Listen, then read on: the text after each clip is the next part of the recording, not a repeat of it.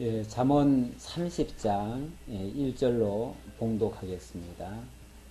이 말씀은 야게의 아들 아굴의 잠언이니 그가 이디엘 곧 이디엘과 우갈에게 이룬 것이니라. 나는 다른 사람에게 비하면 짐승이라.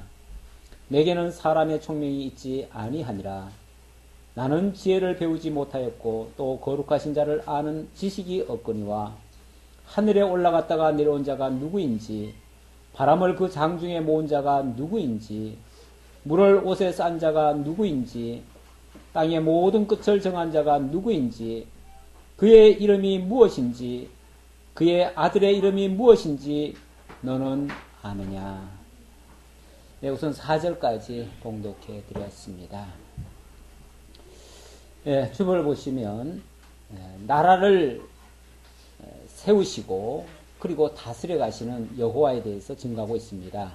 22장부터가 나라를 다스리시는 여호와에 대해서 증거를 하는데, 자, 세우신 나라를 어떻게 통제할 것인가, 그리고 어떻게 하면 그 세워진 나라가 형통해질 것인가, 자, 이걸 언급하고 있습니다. 22장부터 27장까지는 나라를 어떻게 다스릴 것인가 라면은 28장부터 31장까지는 어떻게 나라가 형통해질 것인가 라는 그러한 내용의 말씀이 되겠습니다. 자, 형통하게 되는 것은 먼저 지혜로 형통해질 수 있다. 이렇게 28장과 29장에서 얘기를 하고요. 자, 오늘 마지막 이제 30장에서 31장까지는 아무리 구슬이 서말이라도 깨어야 보배가 되는 것처럼 그러한 지혜로 세워진 나라가 그야말로 아는 대로, 깨달은 대로 그렇게 이루어지지 않는다면 또 무용지물이죠. 우리가 지식적으로는 많이 알고 있어도 그것이 실천이 되어지지 않으면 사실 내 것 아닙니다. 그건 그림에 불과한 겁니다.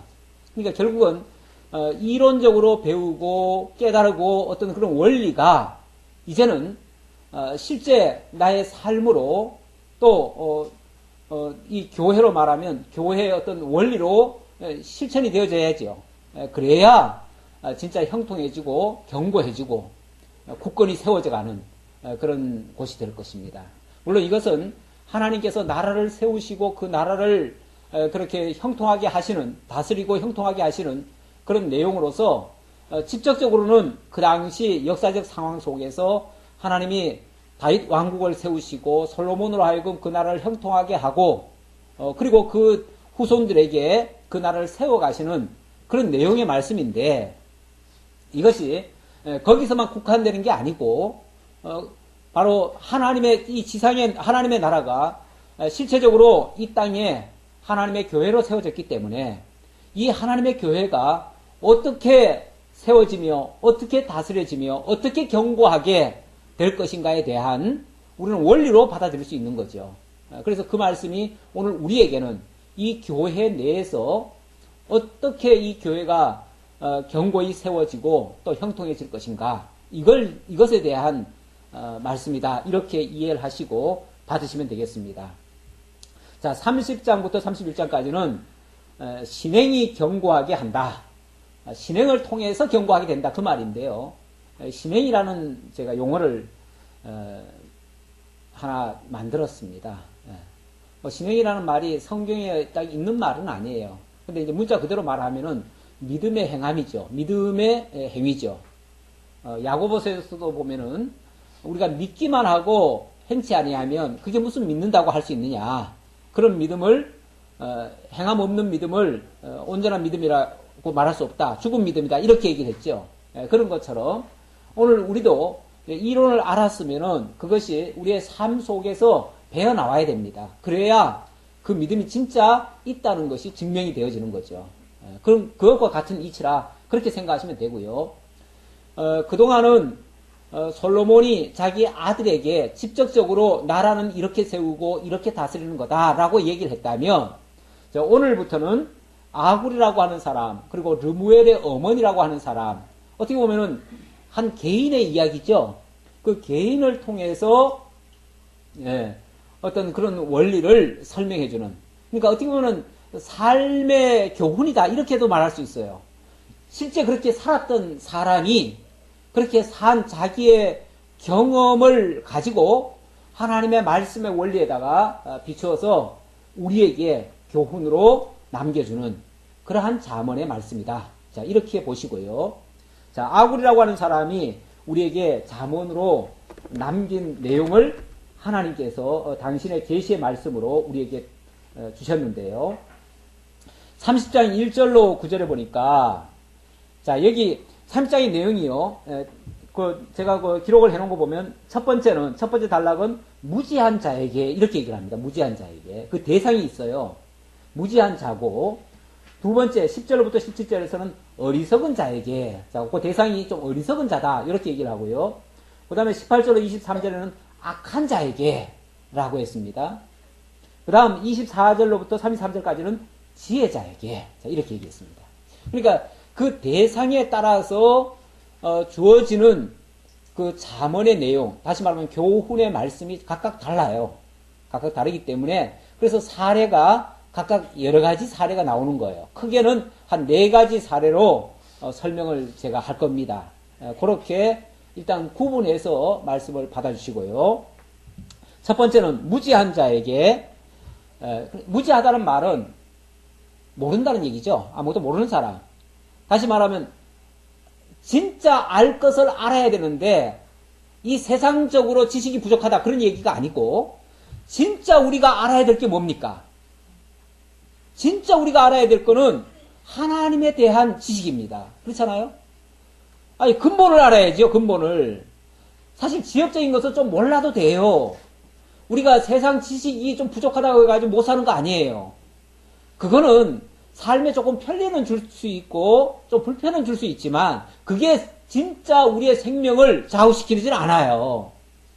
그런데 진짜 우리의 생명을 좌우할 만한 지식이 있어요. 그 지식은 바로 하나님에 관한 지식입니다. 그렇죠? 그러니까 하나님, 이 세상 천지 만물을 창조하고 주관하시고 다스려 가시는 진정한 대주제가 되시는 그 만군의 여호와 하나님, 그분을 아는 지식이야말로 최고한 지식이고 마땅히 알아야 될 지식이고, 그걸 모르면 그야말로 생명을 얻지 못하는, 그야말로 생명에 관계되는 지식이에요. 그러니까 다른 거는 좀 바보스러워도 괜찮아요. 다른 건 좀 몰라도 돼요. 하나님에 관해서만큼은 알아야죠.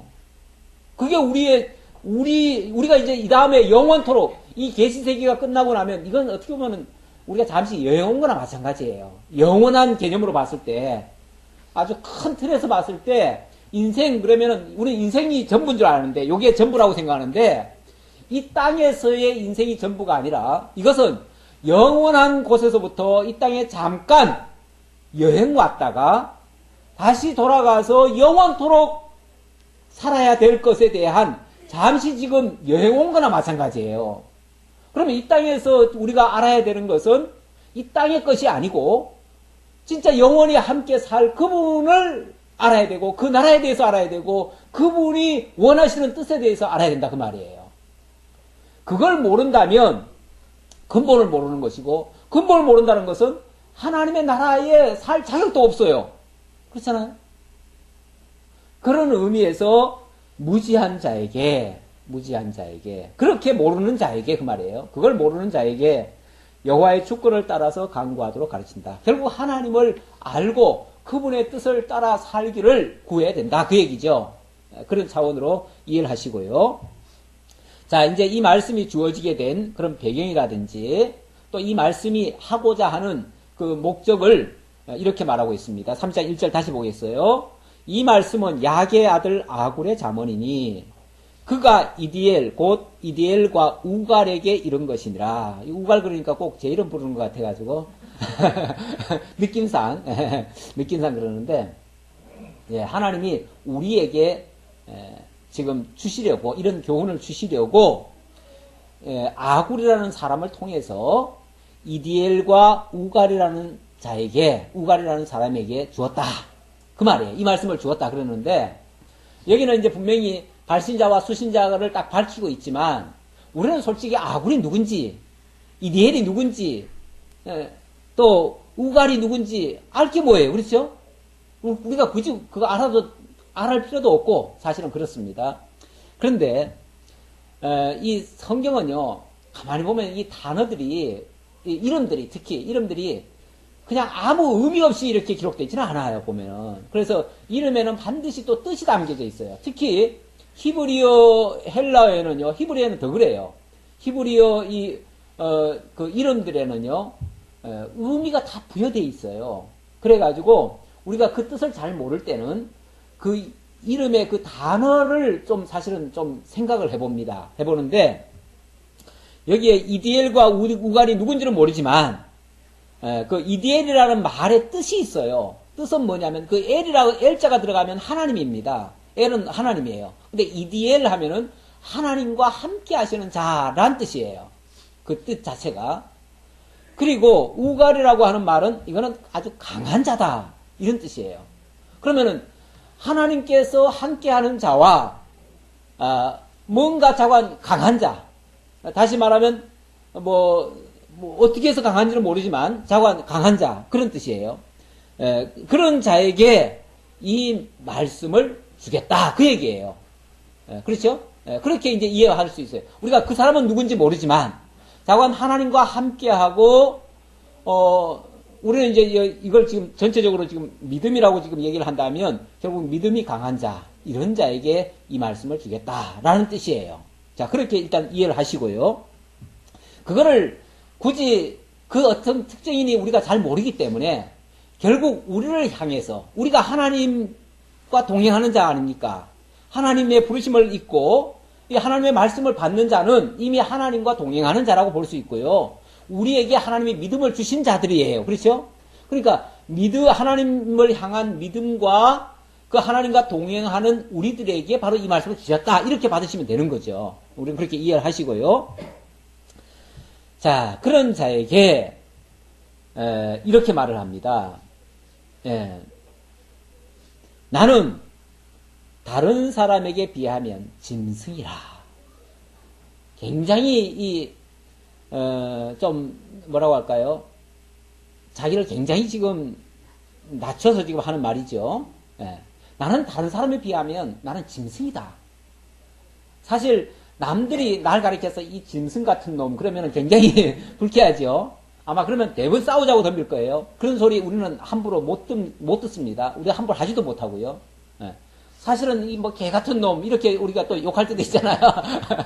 그 말이 다른 말로 하면 이 짐승 같은 놈, 그 얘기랑 똑같은 얘기죠. 그런데 그런 말을 남에게도 잘 못 쓰지만 더군다나 자기가 그런 말을 자기 스스로 쓰기가 쉽지 않아요. 그런데 이 말은 진짜 깨닫고 나면 자기가 그런 자인 줄을 알아요.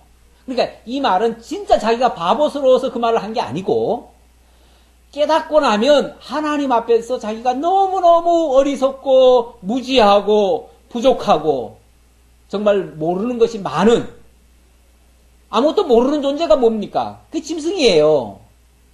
원래 사람은요, 짐승과 다른 게 뭐냐면 짐승은 잡혀 죽기 위해서, 잡혀 먹히고 죽기 위해서 태어난 존재라고도 볼 수 있어요.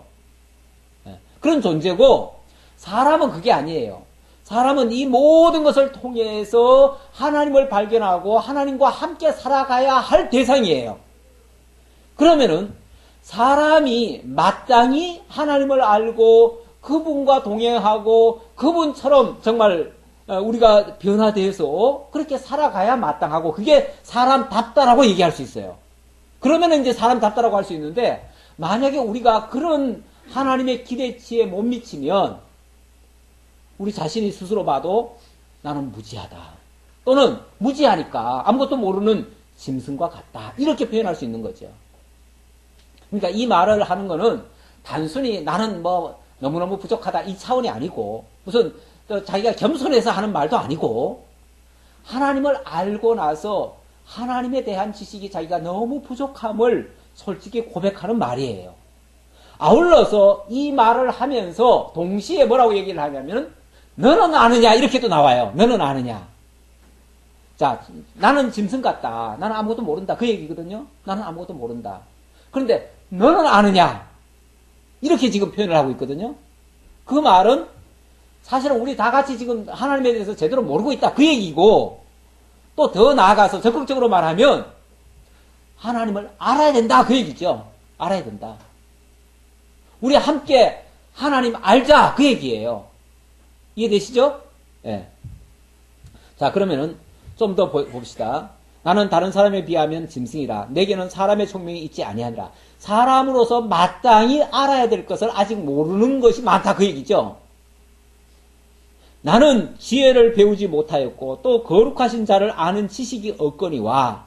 다시 말하면 하나님의 진짜 그 뜻, 하나님의 진짜 그 지혜, 이걸 아직 내가 잘 모르겠다. 그 얘기예요. 그건 상당히 깨달으면 우리가 말씀을요, 참 우리 특이하죠. 우리가 처음에 말씀을 깨닫고 나서요, 뭐 말씀을 깨닫는다는 게 처음에 어쩌면은 뭐 성경 한 권을 띱니다. 말씀을 통해서 같이 교류하면서. 그래서 예를 들어서 뭐 마태복음을 띄었다고 칩시다. 마태복음 띄고 나서 우리의 감격이 어떤가 하면요, 성경 다 아는 느낌. 이 천하를 다 얻은 느낌. 더 이상은 알 필요도 없을 느낌. 더 이상 누가 내 선생이 되겠어요. 왜냐면 내가 다 알아버렸으니까. 그 정도의 어떤 희열이 있습니다. 그리고 어떤 막 감격도 있고, 그것 때문에 막 정말 미칠 듯이 기쁘고 즐거운 그런 마음이 있습니다. 그런데 마태복음 이제 끝나고 나서 이제 다 알았어요. 그런데 마가복음 들어가 보는데 또 이게 생소한 거야. 또 다른 말씀을 들으니까 또 새롭고 또 새로운 거예요. 지금까지 또 몰랐던 얘기가 또 나오는 거예요. 그리고 가다 보면요, 처음에는 막 천할 다 하던 것처럼 그렇게 날뛰다가 나중에 가보면, 야 뭐야, 내가 지금까지 안 게 이게 다가 아니었어?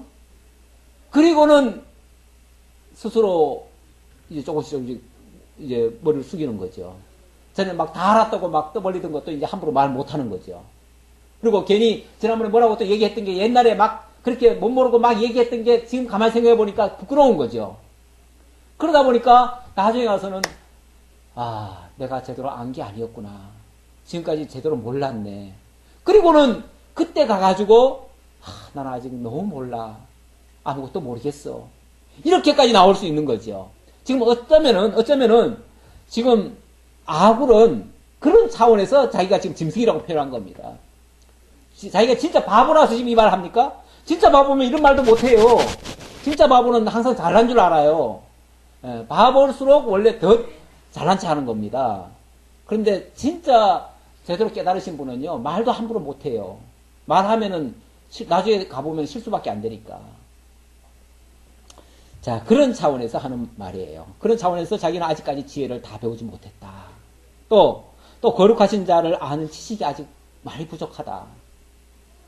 그리고 하늘에 올라갔다가 내려온 자가 누구인지, 바람을 그 장중에 모은 자가 누구인지, 물을 옷에 싼 자가 누구인지, 땅의 모든 끝을 정한 자가 누구인지, 그의 이름이 무엇인지, 그의 아들의 이름이 무엇인지 너는 아느냐?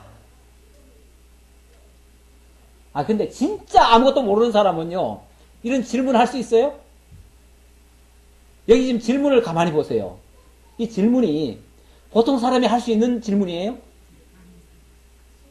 이거는요, 물론 완벽하게 알았다 소리는 못할지라도, 우리가 어떻게 완벽하게 압니까? 완벽하게는 모를지라도, 굉장히 많은 것을 지금 사실 터득한 사람의 이야기예요. 굉장한 지금 지식을 알고 있어요. 하늘에 갔다가 내려온 자가 누구인지 지금 이 말 하잖아요. 거기다 보면은 뭐 바람을 장중에 모아서 뭐 역사를 한 사람, 물을 옷에 싼 자, 이게 천지 창조할 때의 모습들 아니에요? 뿐만 아니라 땅의 끝을 정한 자, 그의 이름, 그의 아들의 이름까지. 도대체 그분의 아들의 이름은 누구죠? 아니, 이런 걸 어떻게 아굴이 어떻게 이런 얘기를 다 하죠? 이거는 창조에서부터 종말까지를 지금 한눈에 다 꿰고 지금 하는 소리예요. 거기에 대한 답을 지금 안 줬을 뿐이지 사실은 모든 걸 지금 거의 다 통달한 사람이 지금 할 수 있는 말이라 그 말이에요. 이런 사람이 나는 너무 몰라. 아무것도 몰라. 근데 너는 아니? 이 말 하는 거 아니에요. 그렇죠? 그러니까 이 말은요. 어떻게 보면 우리 그 수학에 보면은 부정의 부정은 강한 긍정입니다. 다시 말하면 지금 모른다. 뭐 나는 이것도 모른다. 그러면서 너는 아느냐라고 말했을 때는요. 이걸 어떻게 이해를 해야 되냐면 다른 건 몰라도 이거는 반드시 알아야 돼. 이 말이에요. 강력하게. 네, 그런 뜻으로 우리가 받아들여야 이 본문을 바르게 이해하는 겁니다. 네가 인간이라면 아까 그랬잖아요. 나는 아직 인간이라는 난 짐승 갖고 아직 잘 모른다 그랬는데 진짜 우리가 인간이라면 다른 건 몰라도 이거는 알아야 돼. 그 얘기예요. 이거 모르면 안 돼. 그 얘기예요. 강력하게 그걸 주장하는 얘기예요. 그러면서 그걸 알 수 있는 방법까지를 얘기를 하는데요. 하나님의 말씀은 다 순전하며 결국 이 모든 것에 대한 해답은 어디 있다는 거예요? 하나님의 말씀 안에 있다. 그것이 순도 100%의 순전한 하나님의 말씀이다. 그 얘기예요. 거기에 모든 답이 있다. 그 모든 것을 알려주는 것은 바로 하나님의 말씀이다. 라고 이야기하는 거예요. 그러면서 하나님은 그를 의지하는 자의 방패시니라. 그 하나님을 믿고 의지한다면은 그분이 거기에 대한 모든 답을 해주실 거다. 그 얘기죠. 너는 그의 말씀에 더하지 말라. 그러니까 그 하나님의 말씀이 순도 100%의 정확무어한 말씀이니까 거기에 덧붙일 것도 없다. 그 얘기죠. 덧붙일 것도 없고 물론 뺏어도 안 되겠고요. 그렇죠? 또 그걸 또 뒤집어서 얘기해도 안 될 것이고요. 그걸 거기다 각색을 해도 안 될 것이고요. 온전히 그 말씀 그대로 액면 그대로 전해라. 그러면 그 말씀 속에서 답이 있을 거다. 그 얘기죠. 그러니까 너는 그의 말씀에 더하지 말라. 그가 너를 책망하시겠고 만약에 더한다면 그건 하나님의 뜻을 어긋난 거고 잘못 가르친 거니까 하나님께로부터 책망받을 거다. 그 얘기고 너는 거짓말하는 자가 될까 두려우니라. 만약에 잘못 가르친다면 그것은 완전히 거짓말쟁이가 되는 꼴이죠. 하나님의 말씀을 맡은 자들의 사실은 두려움입니다. 어떤 면에서 말씀이라는 게요.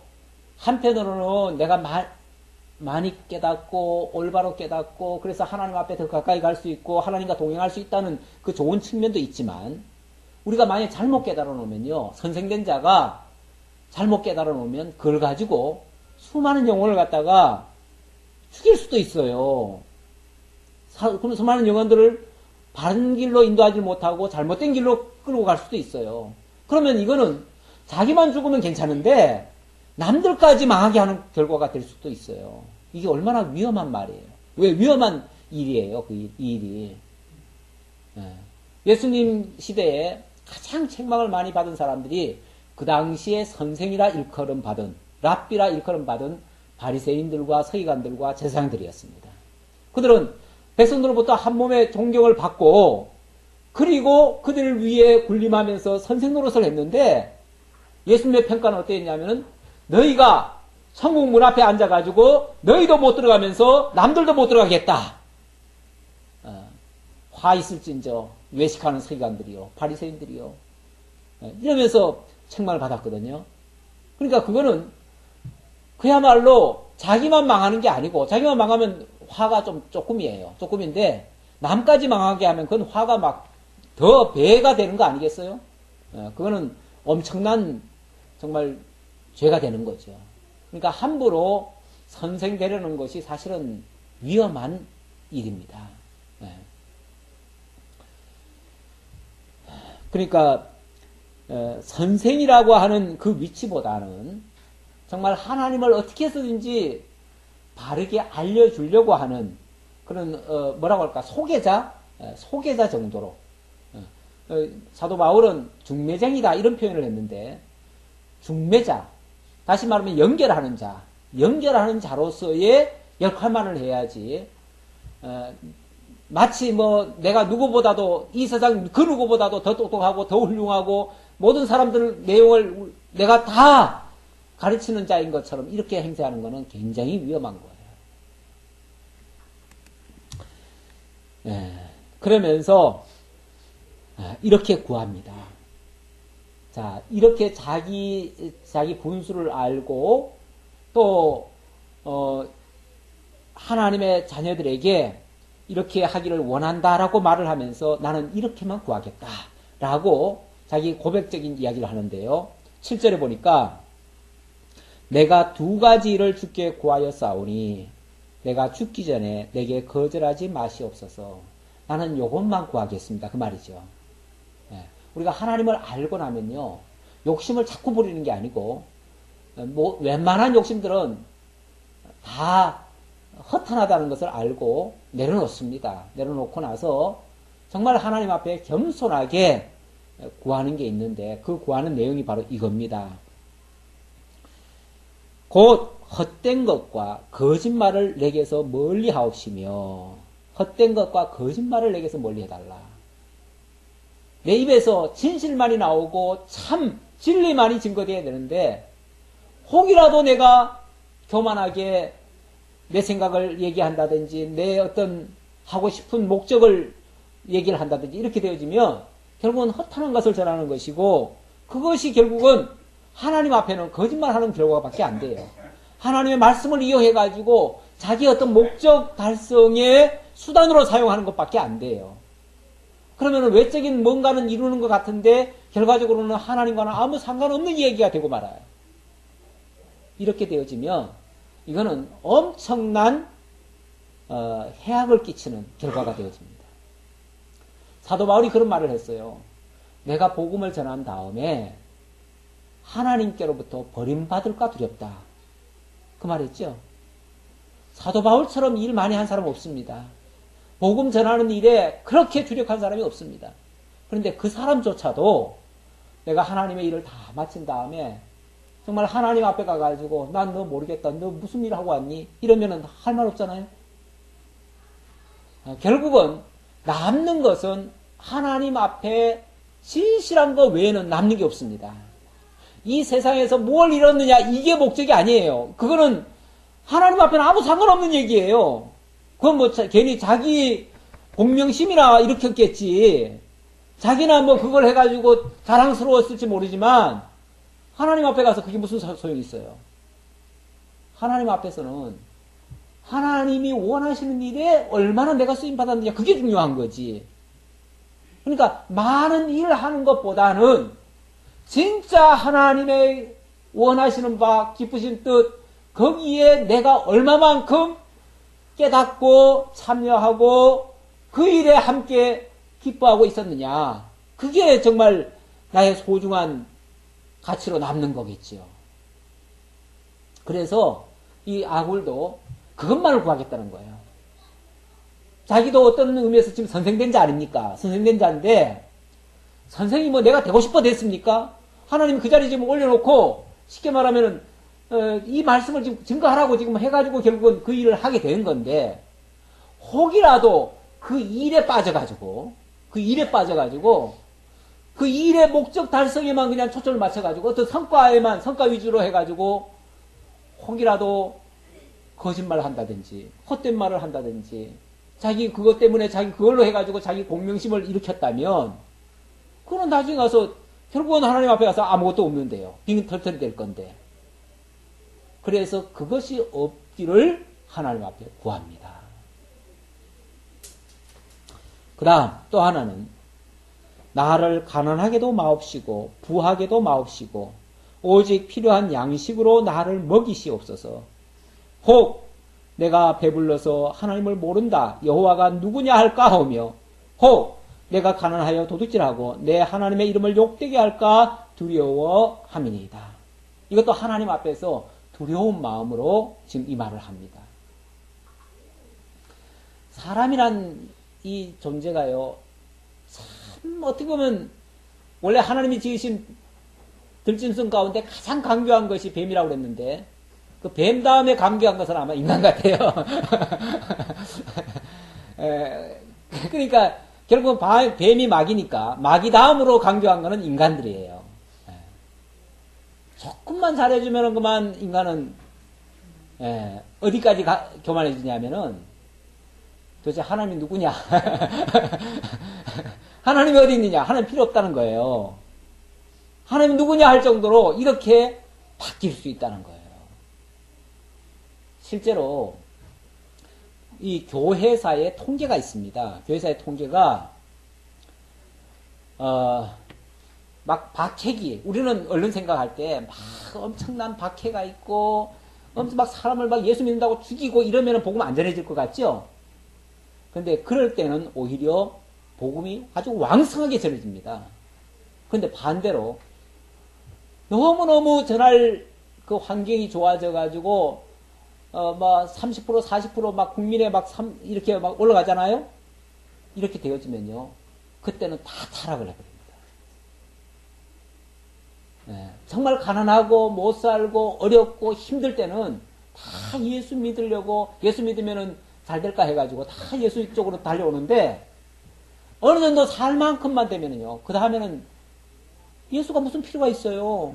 하나님이 누구예요 도대체? 하나님 나하고 무슨 상관이 있어? 하나님 없이도 다 잘 사는데. 그러니까 하나님을 다 떠나게 돼요. 이게 현실입니다. 이게 통계예요. 세계 기독교 사회의 역사들입니다. 실제. 그래가지고 한국교회가 벌써 1000만이 됐다 할 때요. 이미 내리막길 간다. 이건 타락의 길이다. 이제 남은 거는 타락밖에 없다.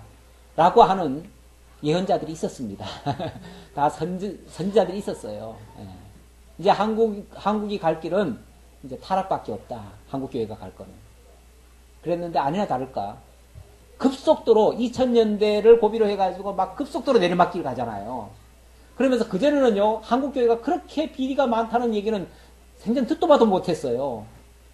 그런데 근래 와가지고는 이거는 뭐 어디 가서 나 기독교인이요, 더군다나 나 목사요, 이런 소리 못할 정도로, 부끄러울 정도로 정말 욕을 먹는 시대고, 욕을 먹어도 싸요, 이제. 옛날에는 욕을 먹으면요, 항변을 했어요, 우리가. 예, 그렇죠? 그래도 여러분들이 오해를 하셔서 그렇지, 기독교가 그렇지 않습니다. 기독교가 그래도 뭐 선한 일도 많이 하고, 그래도 뭐 좋은 일 많이 합니다. 뭐 이러면서 했죠? 우리 다 했죠? 나도 했어요. 그런데 이제는 그런 말조차도 안 통해요, 이제. 그만큼 실제로 뭐 부패한 모습이 너무 많이 나오는 거예요. 우리는 뭐 김일성이가 뭐 3대 세습을 해가지고 아주 악질이다 그러는데, 기독교에서 그냥 3대 세습도 해요. 3대 세습이 뭐 어디 멀리만 있는 게 아니에요. 진짜 김일성 같은 그런 모습이 교회에서도 나타나고 있어요, 지금. 단순히 세습뿐이 아니라 그 모든 하는 일들이. 이러니 뭐 무슨 변명을 하겠으며, 차라리 그냥 아굴처럼 나는 짐승입니다. 맞아요. 우리가 다 짐승 같아요. 이러는 게 맞지. 이게 맞지요. 그러니까 누가 욕하거든. 예, 맞습니다. 우리 욕 먹어도 싸요. 욕 먹어야 돼요. 기독교는 욕 먹어야 정신 차려요. 그러니까 아예 욕을 그냥 받으실 준비를 해야지 굳이 변명하려고 할 것도 없을 것 같아요, 이제는. 자, 아굴도 이걸 이미 성견지명으로 알기 때문에 나를 가난하게도 하지 마옵시고 부하게도 마옵시고. 근데 이게 너무 정말 참 부한 것도 이렇게 문제가 되고요. 또 너무 가난해도 사실은 문제는 문제지요. 너무 가난해가지고 도대체 교회를 갈래도 이놈의 직장이 그냥 주일까지 붙어 두는 바람에 교회를 갈 수가 있나. 도대체 뭐 너무 극심한 환경이 되다 보니까 북한 같은 데는 그냥 성경을 펴놓고 읽을 수가 있나. 나는 예수 믿는다고 말을 할 수가 있나. 이건 뭐 너무 열악한 환경이면은 도무지 아무것도 할 수가 없잖아요. 그러니까 너무 열악해도 안 되고 너무 부유해도 안 되고 그야말로 적당한, 적당히 어느 정도인지는 모르지만 그는 각자마다 다 달라요. 왜냐하면 신앙 수준이 다 다르기 때문에 아직 어린 성도들에게는 좀 아무래도 조금 부함이 조금 더 있어야 되겠고, 조금 성숙한 성도들에게는 조금 가난함이 더 있어도 충분히 견딜만 하기 때문에 요걸 이제 또 반대로 해석하면, 반대로 해석이 아니라 반대로 생각을 하면, 하나님은 사실은 우리들에게 항상 좋은 것을 주시는 분이십니다. 또 필요한 것을 주시는 분이십니다. 그렇다면 내가 현재 가난해요. 어려워요. 여러 가지 어려운 환경이 지금 놓여 있어요. 그렇다면 이것이 하나님께서 내게 적절한, 현재 꼭 필요한 그런 것으로 내게 주신 것이다 라고 받아야 된다는 얘기예요. 그렇죠? 또 반대로 내게 어느 정도 좀 부여함이 있다면 이 부여함을 통해서 또 하나님께서 나로 하여금 어떤 선한 일에 쓰게 한다든지, 또 그렇게 그러니까 나 자신을 위해서가 아니라 하나님을 위해서, 하나님의 교회를 위해서 나로 하여금 헌신하게 하려고 이렇게 하셨다라고 해석을 해야 된다는 거죠. 그게 정답이에요. 그렇게 억지로 해석하라는 얘기가 아니라 그게 하나님이 내게 정말 그야말로 적절하게 부유하게도 아니하고, 그러니까 부유하게란 말은 너무 지나치게 정말 잘 나가가지고 하나님도 필요 없다 할 정도가 되면 큰일 나잖아요. 그러니까 너무 잘 되는 건 문제가 있어요. 예. 제가 언젠가 그 얘기 했잖아요. 막 어머니는 권사님이라서 딸한테 날마다 새벽 기도 가가지고 기도를 해요. 그 딸 잘 되기를. 근데 그 딸은 이제 소매치기를 해요. 소매치기를 하면서 어머니가 늘 자기를 위해서 기도해 주는 줄 알아요. 그러니까 자기도 그 일을 하러 가기 전에 먼저 기도하고 나가요. 그리고 그날 용케 잘 통과하잖아요. 그래서 안 걸렸어요. 안 걸리면 하나님 앞에 감사 기도해요. 뭐가 되죠? 하나님 오늘도 어디 드라마에서 본 거예요, 제가. 하나님 오늘도 날 지켜주셨다고. 이런 식으로 기도를 하더라고요. 이거는 완전히 자기중심적이죠? 하나님은 자기 잘되는 일에 뭐예요? 도구로서 날 그냥 지원해주는 분. 내가 무슨 일을 하든 내 편이 되셔가지고, 항상 내 편. 그러니까 내가 강도짓을 하든, 살인을 하든, 무슨 짓을 하든, 자고 나로 하여금 어렵지 않게 하시고, 나를 도와주시고, 내 편이 되어주시고. 지금 이렇게 믿는 사람들도, 물론 극단적인 예지만, 그렇게 생각하시는 분들도 많아요. 하나님 무조건 내 편이다. 어떻게 무조건 내 편이 될 수가 있어요? 내가 잘못된 길로 가면은 채찍을 드는 것이 진짜 내 편이지. 예. 진짜 사랑하는 엄마라면은 뭐 해야 돼요? 채찍이라도 가해줘야지요. 그게 진짜 날 사랑하는 거죠. 그거를 내가 지금 잘못된 길을 가는데 잘못되게 해달라고 기도하면서 그 일이 잘 됐을 때는 버린 자식이죠.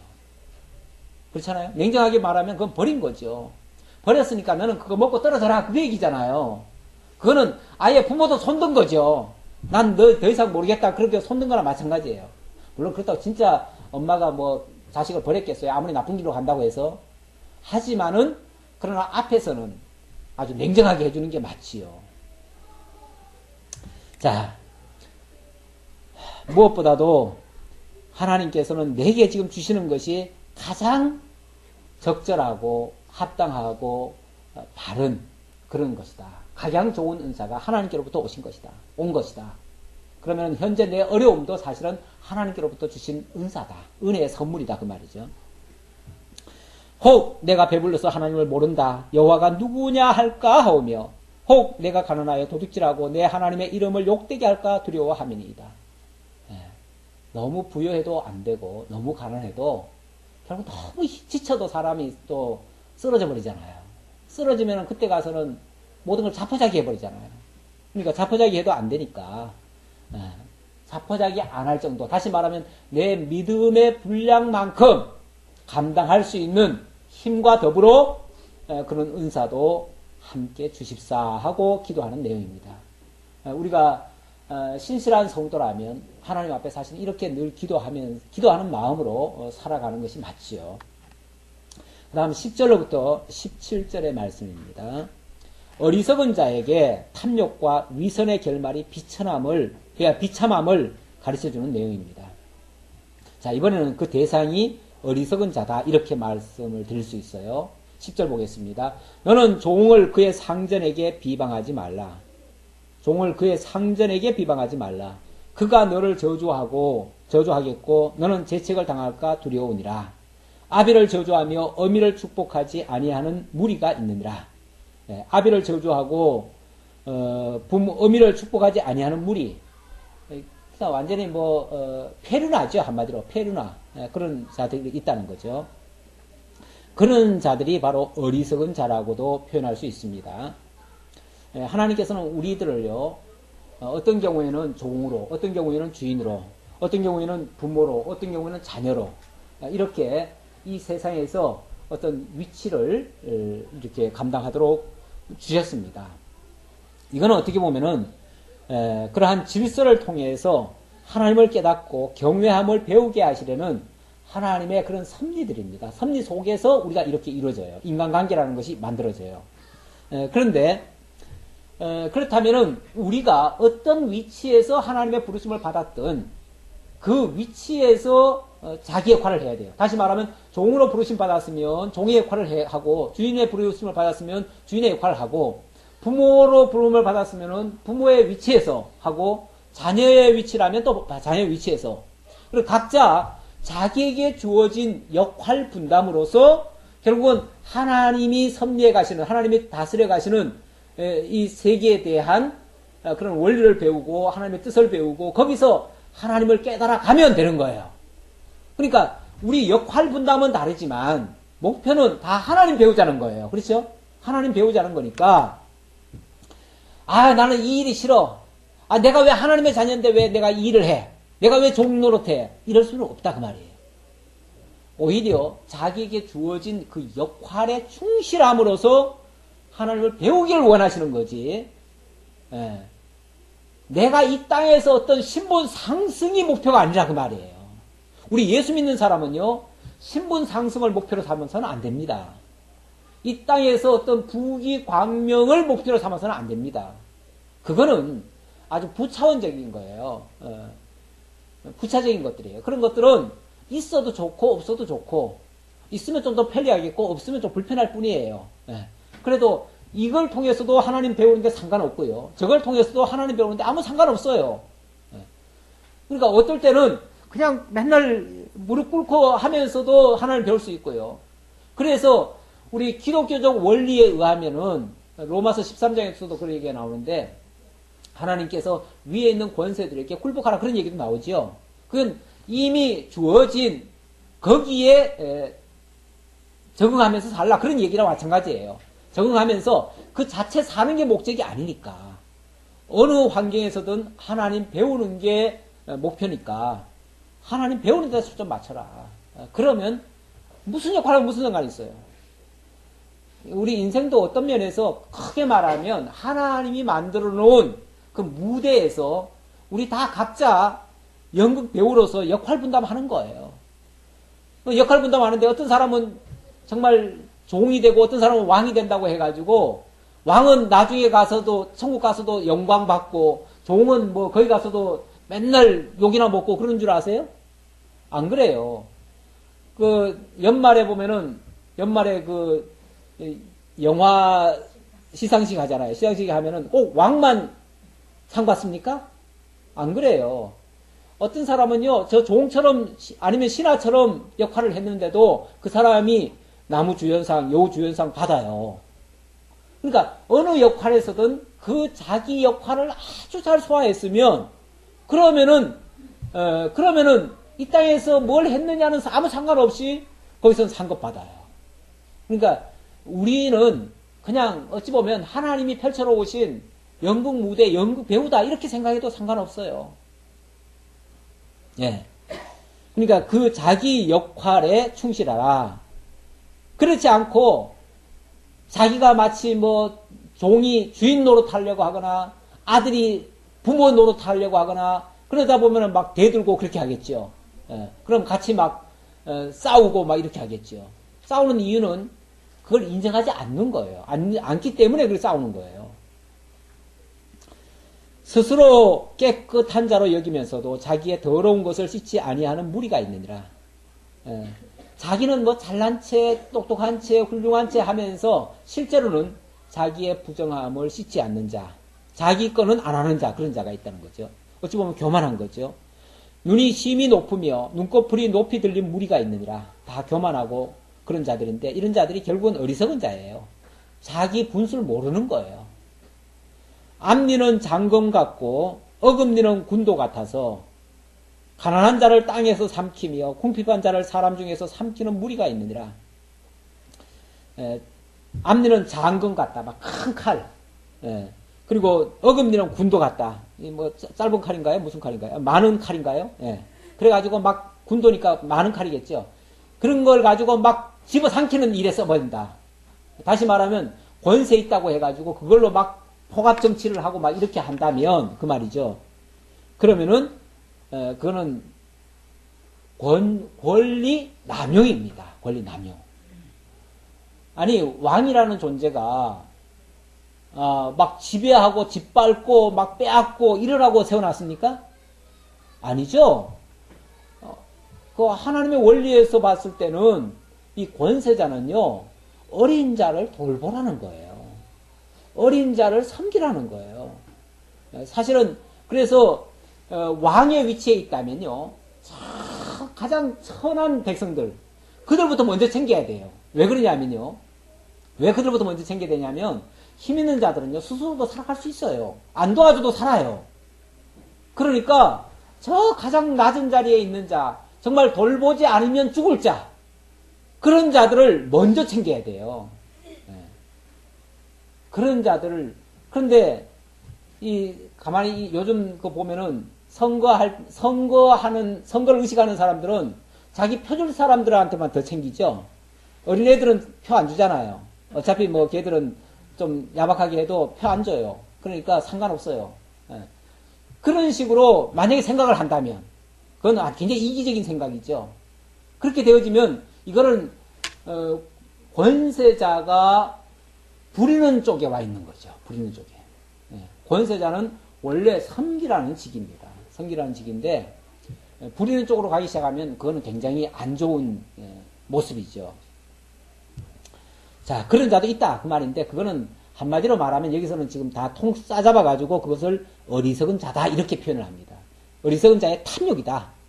그리고 위선이다 그런 것들이. 그런데 그런 결말은 비참해진다. 자, 이 얘기를 하려고 하는 거예요. 자, 15절입니다. 그것을 이제부터 몇 가지 예로 설명을 하려고 합니다. 비유적으로 설명을 하려고 하다 보니까 이제 땅에 있는 어떤 걸 가지고 이제 비유적으로 하는데 첫 번째는 거머리 얘기가 나옵니다. 15절 거머리에게는 두 딸이 있어 다오 하느니라. 족한 줄을 알지 못하여 족하다 하지 아니하는 것 서너시 있나니 곧 수월과 아이 베지 못하는 태와 물로 채울 수 없는 땅과 족하다 하지 아니하는 불이니라. 자, 이 거머리 얘기가 나오고 족한 줄을 알지 못하는 것들 이야기를 하는데요. 이 거머리는 원래 피를 빠는 거죠. 피를 빨고 그런 것들인데 이거는 욕심이 아주 굉장히 지나친 것을 지금 표현하는 말입니다. 여기 다오 그러는데 이건 끝까지 그냥 계속 빨아댄다는 거죠. 계속 빨아대요. 원래 거머리가 한번 들어오면은 막 피를 끝까지 빨아대는가 봐요. 그래서 나중에는 피가 모자라서 사람이 죽기도 해요. 거머리가 들어와가지고 그렇게도 하는데 이 지렁이나 거머리는요. 이 지렁이과죠. 일종의 그런 거죠. 이 지렁이도 흙을 계속 먹습니다. 먹고는 계속 뒤로 내보내면서 또 먹어요. 그러죠? 계속 다오. 계속 받아들인다는 거예요. 끊임없이. 쉽게 말하면, 보통은 왜 우리가 배부르면 더 이상 못 먹잖아요. 그렇죠? 이제 그만하죠. 그만하는데, 이런 이 거머리가류는 그게 없어요. 계속 달래는 거야, 계속. 끊임없이 그냥. 그래서 그게 이제, 저 시골에 지렁이가 있으면은 땅은 잘 갈아엎어요. 그게 다 갈아엎는 거 아니에요. 다 먹고는 내뱉고, 먹고는 내뱉으니까 땅은 아주 옥토를 만들어요. 물론 그 역할인지는 모르지만, 어쨌든 계속 끊임없이 먹는 그것에 대한 지금 비유입니다. 이렇게 절제할 줄 모르는 욕심. 탐욕이죠, 탐욕.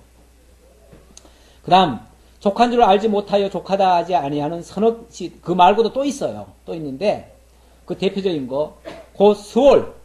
이 스월이라고 하는 거는 음부, 지옥이라고도 얘기할 수 있습니다. 이 무저갱이라고도 얘기하는데, 무저갱이라는 거는요, 원래 그 문자 그대로 말하면 끝없는 구덩이입니다. 끝없는 구덩이. 아니, 끝이 없으니까 구덩이에 던져놓으면 끝없이 뭐가 되죠? 계속 떨어지는 거지, 계속. 이게 이제 지옥입니다. 끝이 없어요. 참, 난 이 우주만 생각해봐도 이 우주가 사실은 끝이 없습니다. 끝이 없어요. 어떤 사람들은 저 우주 끝에는 뭐가 있을까 그러는데 끝 없어요. 계속 가요. 이게 다 공중에 있어요, 지금. 모든 우주의 전체가 다 공중에 있어요. 공중에. 하나님이 끝없는 세상을 만들어 놨어요. 그것도 이해가 안 되죠? 끝없는 세상도. 바로 음부도 그런 곳이다. 그리고 아이 베지 못하는 태, 물로 채울 수 없는 땅. 이것은 계속 필요하잖아요.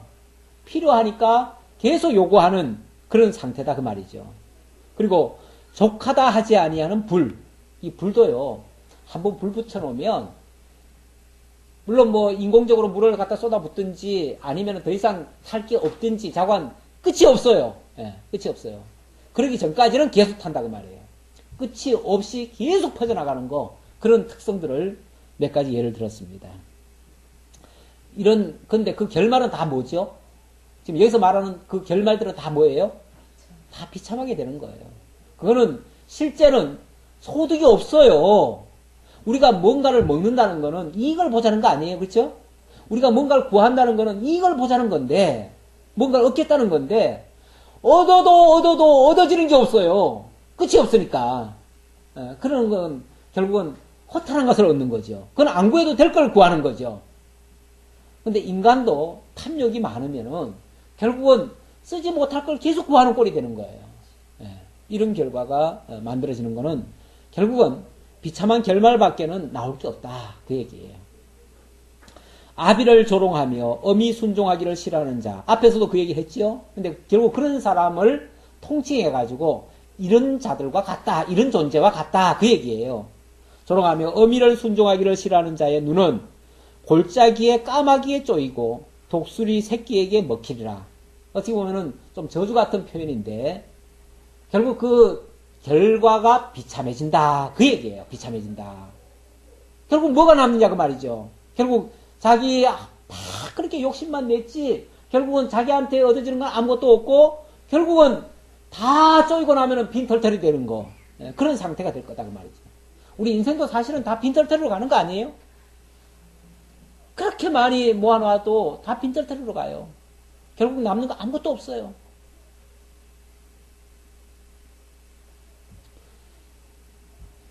네. 네, 여기까지 하도록 하겠습니다. 오늘 진도가 많이는 못 나갔네요. 기도하겠습니다. 아버지 하나님 감사합니다.